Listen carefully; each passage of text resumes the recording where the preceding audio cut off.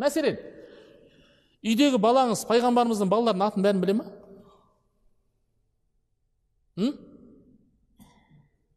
Білмейді.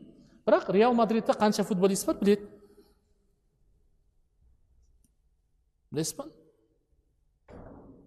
Сіздің еш хабарыңыз жоқ. Ол жерде жүрген футболисттің бәрін біледі.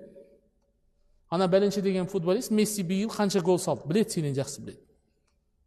Пайғамбар саллаллаху алейхи ва саллям қанша жорыққа қатысқан, онымен шаруасы жоқ. Біздің бала шағамыз өзгеден үлгі алатын болып кеткен.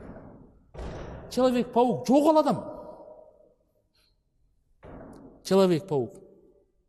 Немесе тағы басқа бір нәрсе, тағы басқа қиял, оның бәрі қиял, ойдан шығарылған нәрселер. Біздің тарихымыз қиял емес.